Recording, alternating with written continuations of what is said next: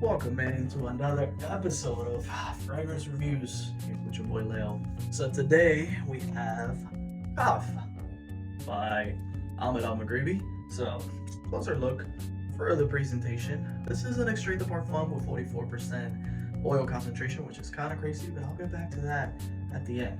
So what this I'm gonna just keep it here and I'll spray it actually. What this reminds me of is literally you walking in to a Hollister or an Abercrombie and Fitch at the mall. It's literally what it is.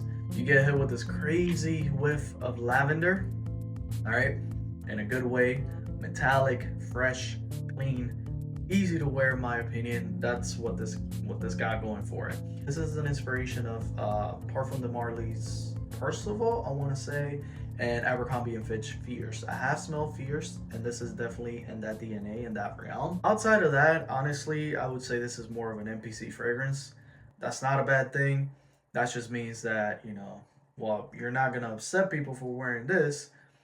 They're also probably not gonna remember you for wearing this because there's nothing memorable here, right? There's supposed to be a watermelon note here with some florals. I do see a little bit of the florals as it transitions down to the woods, the soft woods. But I don't get a watermelon note at all from this.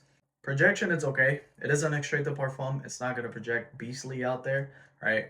So for the first like 30 minutes to an hour, it'll be fine. It'll be more of a personal bubble where you can still get whiffs as you're moving around, as you're walking.